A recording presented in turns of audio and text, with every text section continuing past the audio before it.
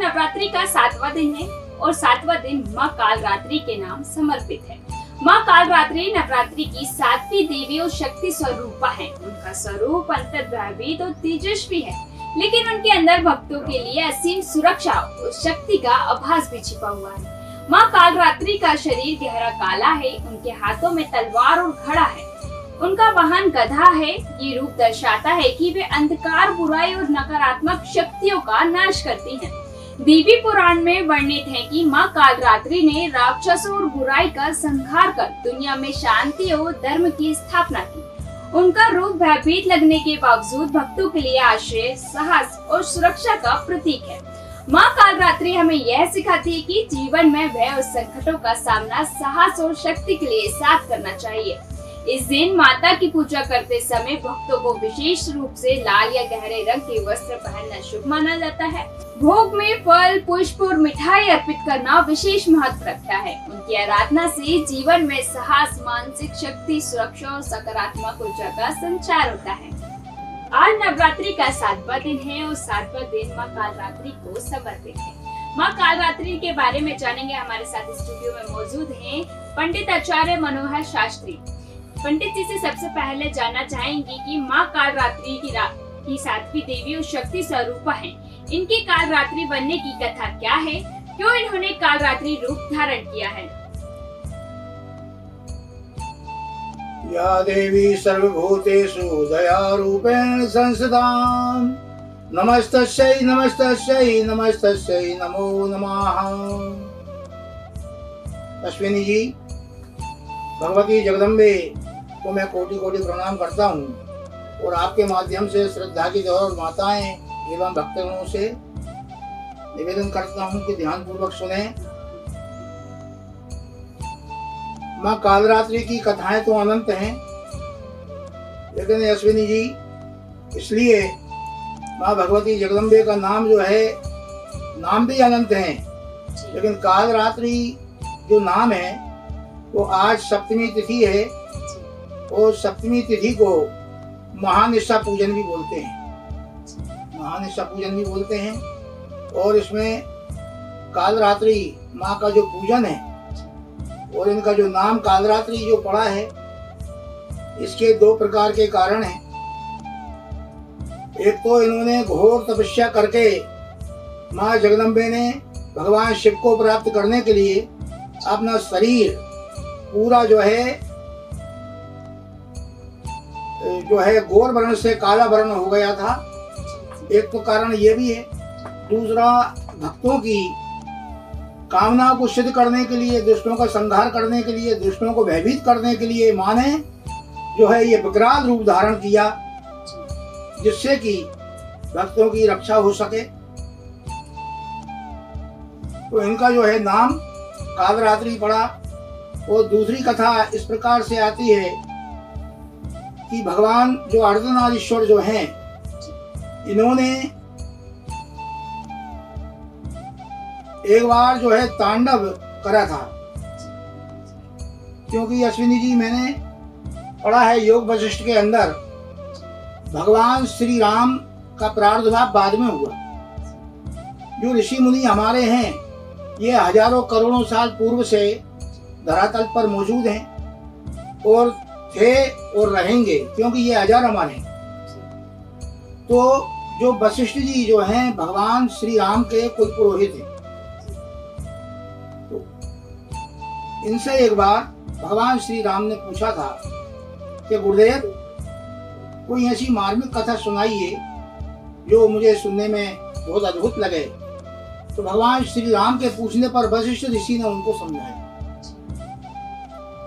कि राम, एक बार मैं ध्यान मुद्रा में बैठा हुआ था कि राम, मैंने जो है अपने नेत्रों से अवलोकन किया इस दृश्य को जो मैं बता रहा हूँ, कि बताइए गुरुदेव। एक बार भगवान अर्धनारीश्वर ध्यान मुद्रा में बैठते हुए अचानक उठते हैं और उन्होंने डमरू बजाया और डमरू बजाने के बाद में उन्होंने बहुत जो है तेजी से अपना जो रूप है, रूप को बढ़ाया और तांडव नृत्य शुरू कर दिया। तांडव नृत्य शुरू जब किया तो वो आकार जो है आकाश को छू गया। इतना लंबा चौड़ा उन्होंने आकार बनाया, तो जो आकार के माध्यम से जो उनकी छाया निकली अर्धनारीश्वर भगवान की, तो वो छाया के माध्यम से जितना बड़ा उनका आकार था इतनी बड़ी वो छाया थी। तो वो छाया भी जो है जिस प्रकार से भगवान नृत्य कर रहे थे, इसी प्रकार से अश्विनी जी वो छाया भी जो है नृत्य करने लगी। और उसका जो रूप था, जैसे कोयला होता है निरंग काला, इस प्रकार से उनका रूप था। बहुत बड़े बड़े विकराल नेत्र थे, बहुत बड़ी बड़ी भुजाएं थी, और जो है उसमें बहुत अष्टभुजी उनको बताया है, और उसमें वाहन का प्रयोग नहीं बताया है। इसके पश्चात माँ जगदम्बे स्वयं कालरात्रि स्वयं नृत्य करने लगती हैं। नृत्य करने के बाद में बहुत भयानक रूप देख करके पूरे देवी देवता जो है त्राय त्राय करने लगे। भगवान अर्धनारीश्वर से प्रार्थना की। भगवान अर्धनारीश्वर क्या देखते हैं, देखते देखते वो महाकाल रात्रि ने जितने वट वृक्ष थे, जितने सुंदर सुंदर बड़े बड़े वृक्ष हैं, जैसे वट वृक्ष का पेड़ है सबसे बड़ा होता है इसलिए उसका नाम बड़ है, पीपल है, कल्प वृक्ष है, बहुत सुंदर सुंदर वाले जो खुशबू वाले बड़े बड़े वृक्ष हैं, उन वृक्षों की माला को उन्होंने धारण कर लिया, मुंडों की माला धारण कर ली। और जितने भी ये पर्वत हैं, पर्वतों को भी जो है माला के रूप में उन्होंने धारण कर लिया। और बड़े सहज भाव से भगवान शिव उनसे प्रार्थना करते हैं, फिर अपना रूप जो है वो सौम्य बनाती हैं। तो इस प्रकार से भी अश्विनी जी ये इनका नाम कालरात्रि पड़ा। पंडित जी, मैं आपसे पूछना चाहूंगी, माँ कालरात्रि का स्वरूप कैसा है और उनके हाथों में कौन कौन से आयुध हैं और उनका वाहन क्या दर्शाता है और उसका विशेष महत्व क्या है? जी अश्विनी जी, ये दूसरा रूप जो कालरात्रि का है, इसमें वाहन का प्रयोग बतलाया है। वाहन जो है इनका इसमें गधा है, और जो आयुध जो धारण कर रखे हैं उसमें एक हाथ में उनके में खड्ग है और एक हाथ में अभय मुद्रा में है, वरदान देते हुए भी है, क्योंकि जिससे कि भक्तों को भय ना लगे। भय जो लगता है वो दुष्टों को भयभीत करने वाली माँ है वो, है ना। तो इस प्रकार से जो है ये उनका वाहन है, वो ये दर्शाता है कि किसी भी स्थिति में घबराना नहीं चाहिए। जैसे कि कोई भी चीज का हमारे ऊपर भार पड़ जाता है, तो वो जो है वाहन एक ऐसा है कि वो किसी भी प्रकार का वहन करने में सक्षम रहता है। इसी प्रकार से मनुष्य को अपना हृदय को इतना मजबूत इतना रखना चाहिए कि किसी स्थिति में अपना विवेक, बुद्धि, बल और जो है ये इसको कभी खोना नहीं चाहिए। सदैव जो है एकाग्र मन को एकाग्र रखना चाहिए, और अपनी जो दिशा है उसको भी जो है सत संकल्प के द्वारा एकाग्र रखना चाहिए। पंडित जी, कालरात्रि की पूजा से जीवन में कौन कौन से लाभ प्राप्त होते हैं और उनकी पूजन की विधि क्या है? पूजन की विधि अश्विनी जी, पीतल की या तांबे की थाली होना चाहिए। तांबे की थाली का महत्व बहुत कम शब्दों में मैं आपको बता रहा हूँ समय के अभाव के कारण। गुहाकेश नाम का एक भगवान का बहुत परम भक्त था, 7000 युग पहले उसने इतनी घोर तपस्या भगवान नारायण की। भगवान नारायण 11 बार उसके पास आते हैं दर्शन देने के लिए कि जो मांगोगे मैं वो दूंगा आपके लिए। भगवान से मना कर दिया कि प्रभु जब मुझे आपसे कुछ चाहिए नहीं तो आप क्यों आ रहे हैं बार बार। तो नहीं आपको लेना पड़ेगा। कि प्रभु वैशाख शुक्ल पक्ष की 12 के रोज, जो 12 तिथि रहती है, द्वादशी रहती है, एकादशी के बाद आती है, उस 12 के रोज आपको मेरे पास आना है। मेरे पास आकर के मेरे शरीर का छिन्न भिन्न कर देना है। भगवान आते हैं, चक्र सुदर्शन से उसका छिन्न भिन्न किया, और उसने सब पहले ही पूछ लिया था कि आप ऐसे ऐसा करना, क्या करना है। मेरा रक्त निकले उससे स्वर्ण का निर्माण करना, और जो हड्डियां जो मेरी हैं इससे चांदी का निर्माण करना, और जो मज्जा वगैरह जो है इससे मेरे तांबे का, मैंने बहुत आपकी तपस्या की, ताम्र का जो है उपचार करना। तो तांबे का क्यों करवाया उन्होंने कि कभी प्रलय के बाद भी ये चीज खत्म नहीं होना चाहिए। प्रभु आपकी लीलाएं तो चलती रहती, प्रलय कर देते हो, वापस जो है वैसा का वैसा ही जो है सृष्टि का निर्माण कर देते हो, लेकिन जो है मेरे द्वारा, मेरे शरीर के द्वारा जो जो चीज बन रही है ये बहुत उपयोग में आना चाहिए। ये महादानों में इनका नाम आना चाहिए। और जो भी ये तांबे के पात्र में रख करके, ये गुहाकेश नाम का जो भक्त था उसने भगवान से प्रार्थना की और ये वरदान मांगा कि कुछ भक्त ऐसे हैं जिनको मंत्र याद नहीं है, जी जी कोई वो ब्राह्मण हो या कोई भी हो, जैसे मंत्र याद नहीं है, यदि पुष्प रखा है और थाली में रोली चावल आटी हल्दी गोल सुपारी जो भी अबीर गुलाल वगैरह रखा है, जी उस पुष्प में लगा करके भी यदि भगवती जगदम्बे को समर्पण कर देता है या किसी भी रूप को समर्पण कर देता है, तो नारायण आप ये मुझे वरदान दीजिए कि उसको तत्काल उसकी कामना पूर्ण हो, किसी भी प्रकार की कामना हो सिद्ध होना चाहिए। और ये जो रूप है उनका ये दर्शाता है, उनका बहुत बड़ा रूप है, बहुत विकराल रूप है। उनके जो बाल हैं बहुत बिखरे हुए हैं, नेत्र जो है दुष्टों के लिए बहुत भयानक है। तो उनका जो पूजन है हमारे लिए यही दर्शाता है अश्विनी जी कि दुष्टों से छुटकारा दिलाता है, किसी भी प्रकार की कोई समस्या है उससे व्यक्ति जो है शीघ्र अतिशीघ्र महाकालरात्रि का पूजन करने से मुक्त हो जाता है। पंडित जी, माँ कालरात्रि की पूजा में कौन से फल, कौन से फूल, कौन किस भोग का उपयोग करना चाहिए और किन पूजा सामग्रियों का उपयोग करना चाहिए? पूजन सामग्री में अश्विनी जी रोली चावल अबीर गुलाल सिंदूर आटी हल्दी लौंग इलायची इत्यादि ये सब चीज होना चाहिए। पात्र मैंने आपको बतलाई दिया है, क्योंकि वो पात्र इतना उपयोगी, फिर कहने में वो बात आ रही है यदि वो जल के पात्र से एक बूंद भी कोई जल चढ़ा देता है बगैर मंत्र के भी, पितरों के लिए या किसी के लिए भी, तो बिल्कुल अवश्य ही उसके कार्य सिद्ध होते हैं और उसको देवता देवी पितृ कोई भी व्यक्ति जिसके नाम से वो चढ़ाया जाता है सहज स्वीकार करके, और जो है उनका काम एक ही रहता है कि सामने वाले को वो वरदान प्रदान करें। तो ये पूजन सामग्री हो गई। और सुहाग सामग्री भी अर्पण कर सकती है माता बहनें, जिससे कि सुहाग पर सदैव भगवती की कृपा बनी रहे। सबसे अनमोल चीज धरातल पर माता बहनों के लिए कोई चीज होती है तो वो सुहाग होता है ना। दूसरा ये बताया है जो भोग में सूजी का हलवा है, इसमें गुड़ का होना अति आवश्यक। गुड़ का हलवा भगवती जगदम्बे को बहुत प्रसन्न करने के लिए बहुत ज्यादा उपयोगी है। गुड़ का हलवा होना चाहिए, शुद्ध गाय के घी से बना हुआ वो हलवा होना चाहिए, शुद्धता के साथ बनाना चाहिए।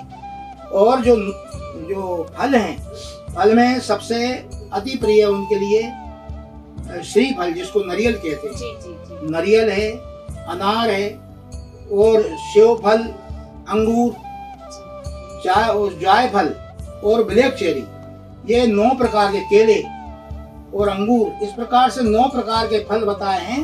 9 प्रकार के फलों को जो भगवती जगदम्बे के चरणों में समर्पण करके हाथ में पुष्प लेकर के क्षमा याचना मांगता है, तो परिपूर्ण मुझे विश्वास है कि अवश्य भगवती जगदम्बा उस भक्त की कामना को सिद्ध करती हैं और सभी यादि व्याधियों से माँ जगदम्बे मुक्त करके वो उसको अपनी मंजिल पर जो है अवश्य पहुंचाती है। पंडित जी, वो कौन सी परिस्थिति थी जिसमें माँ कालरात्रि का रूप धारण करना पड़ा था माँ को? पहली बात तो ये है कि भक्तों के कल्याण के लिए ही उन्होंने किया है ये अश्विनी जी। बाकी दूसरी कथा पुराणों के अंदर से निकली हुई एक हड़ताल तीज की एक कथा है जी। उसमें भी ये कथा आती है कि भगवान शिव के साथ विवाह होना था माँ जगदम्बे पार्वती का जी। लेकिन उनके पिताजी नारद ऋषि के कहने के अनुसार भगवान विष्णु के प्रति कहने लगे कि भगवान विष्णु से आप विवाह करिए, उनके पास सब कुछ संपन्नता है।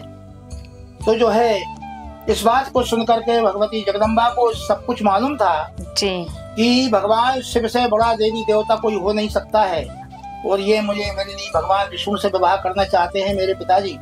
बहुत दुखी हो जाती है वो, दुखी होकर के जो है एक सखी को इस बात से अवगत कराती है। वो सखी उनकी बात को सुनकर के बहुत दुखी होती है जी। और सखी हरण करके ले जाती है, इसलिए उस कथा का नाम पड़ा हड़तालिका तीज जी। इसके बाद में वो जंगल में जाकर के तपस्या करने लग जाती है। पिताजी ढूंढ कर परेशान हो जाते हैं जी। और भगवान को तो ये पता चली गया कि ये मेरे लिए पाने के लिए ही जो है तपस्या कर रही हैं। तो माँ ने इतनी घोर तपस्या की कि जो है उनका शरीर जो है निरंग काला पड़ जाता है जी। इसलिए इनका नाम कालरात्रि पड़ा। और इसके बाद में भगवती जगदम्बे ने हजारों वर्ष तक तपस्या की, 64,000 तक बेलपत्री हवा का सेवन किया जी। जल में रहकर तपस्या की, धूप में रहकर के तपस्या की, अनंत तरह से उन्होंने तपस्याएं की हैं। ऐसी तपस्या कोई कर नहीं सकता है जी। इसके बाद में भगवान शिव एक रोज ब्राह्मण का रूप बना कर जाते हैं, महात्मा का रूप बना करके, और जाकर के स्नान करते हैं। स्नान करने के बाद में वहां पर भगवान अपनी माया से एक मगरमच्छ तैयार करते हैं। मगरमच्छ जो है पैर पकड़ता है जी। और वो महात्मा के रूप में भगवान चिल्लाने लगते हैं। तो माँ सोचने लगी कि मुझे तपस्या से उठना चाहिए या नहीं उठना चाहिए। तो कहने लगे, माँ विचार करने लगी कि मैंने सुना है कि और पर है सर से धर्म नहीं भाई, पर पीड़ा सम नहीं अधिभाई। परोपकार से बड़ा कोई पुण्य नहीं है, इसलिए मुझे उठ करके ये ब्राह्मण की मदद करना चाहिए, इसकी रक्षा करना चाहिए। जाकर के वो उठती है जी। उठती है, विचार करती है कि क्या करना चाहिए मुझे। उनको मालूम था कि पुण्य तो सबसे बड़ा है कि किसी की रक्षा करना है, किसी की मदद करना है। कहा न पावक जर सके, कहा न समुद्र समाये, कहा न अबला कर सके, कहा काल नहीं खाए। कि धरती पर जो है सत्य न पावक जर सके, सत्य से बड़ा कोई धर्म नहीं है। सत्य न पावक जर सके, धर्म न समुद्र समाये। धर्म क्या है? किसी के प्राणों की रक्षा करने का नाम ही अश्विनी जी धर्म है जी। गाय की रक्षा करना, कन्या की रक्षा करना, अबला की रक्षा करना, संत की रक्षा करना, ब्राह्मण की रक्षा करना, धर्म की रक्षा करना जो है, इसी का नाम जो है पुण्य है, इसी का नाम धर्म है जी। अनंत भगवान की कथाएं हैं। कोई ध्वजा यदि मंदिर पर फट रहा है, गिर रहा है, उसके लिए आप बदल दीजिए। आपने समझ लीजिए कि एक यज्ञ कर दिया, जितने भी आपके ग्रह हैं सब आपके अनुकूल हो जाएंगे। ऐसी अनंत भगवती की कथाएं हैं।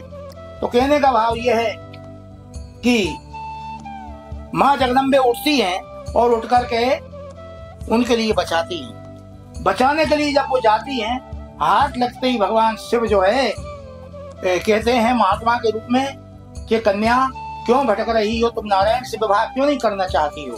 तो वो बोलती हैं कि जन्म कोटि, कि महात्मा जी कि जन्म कोटि सतरगर हमारी, जन्म कोटि सतरगर हमारी, बरऊ शंभु नत रयऊ कुंवारी। कि महात्मा जी मैंने जब अवतार धारण किया है, भगवान शिव को पाने के लिए ही अवतार धारण किया है। बाकी कुंवारी ही अपना जीवन व्यतीत कर दूंगी और ये जंगल में ही अपने प्राणों का अंत कर दूंगी, लेकिन भगवान शिव के अलावा मैं किसी और के विषय में सोच नहीं सकती। ऐसा दृढ़ संकल्प उनके मन में देख करके भगवान शिव प्रकट हो जाते हैं। प्रकट होकर के तथास्तु का वरदान देते हैं और जो है इतने में भगवान तो अंतर्ध्यान हो जाते हैं कि आपकी कामना सिद्ध होगी। पिताजी आ जाते हैं। पिताजी ने आकर के देखा कि कन्या का रूप तो बिल्कुल जो है निरंग हो जाता है। तो वहां पर आकर के कई प्रकार से उन्होंने मनाया कि बेटा मुझे पता नहीं था, आप चिंता मत करो, मैं तुम्हारे विपरीत कार्य नहीं करूंगा। ये सोच करके माँ आती हैं और जो है आकर के सभी ने मिलकर के उनकी बड़ी अरदासना की, पूजन की, और भक्तों का कल्याण करने वाला उनका रूप था। इसके बाद सभी ने उनकी पूजन की और ये 9 प्रकार के फलों का जो है भोग लगाया, गुड़ से हलवे का भोग लगाया। तो इस प्रकार से जो है माँ प्रसन्न होती है और इसके बाद तपस्या करने के बाद भगवान शिव से विवाह होता है जी। इसके बाद उनका नाम आगे चलकर गौरी पड़ता है जी। तो आज आपने जाना नवरात्रि की 7वीं देवी माँ कालरात्रि के बारे में और पंडित आचार्य मनोहर शास्त्री जी ने बताया। बहुत बहुत धन्यवाद पंडित जी हमारे स्टूडियो में आने के लिए। माँ कालरात्रि हमें ये शिक्षा देती है कि भय और संकट चाहे कितने भी बड़े क्यों ना हो, साहस, शक्ति, दृढ़ निश्चय के साथ उनका सामना किया जा सकता है। उनका पूजन केवल एक धार्मिक अनुष्ठान नहीं है, बल्कि हमारी आत्मा में साहस, निडरता और मानसिक शक्ति भरने का साधन भी है। माँ कालरात्रि के आशीर्वाद से जीवन में भय, नकारात्मक और बुराइयों का नाश होता है और भक्तों में आत्मबल, सकारात्मक ऊर्जा और मानसिक स्थिरता का संचार होता है। लाल या गहरे रंग के वस्त्र धारण कर फल और पुष्प अर्पित कर की गई पूजा हमें उनके दिव्य आशीर्वाद से जोड़ती है। आइए इस नवरात्रि के 7वें दिन हम माँ कालरात्रि की विधि पूर्वक आराधना करें। उनके आशीर्वाद से हमारे जीवन में साहस, शक्ति, सुरक्षा, सफलता और सकारात्मक ऊर्जा आए। उनका आशीर्वाद हमारे प्रत्येक कार्य में विजय और जीवन के प्रत्येक संघर्ष में स्थायित्व लाए। जय मां कालरात्रि।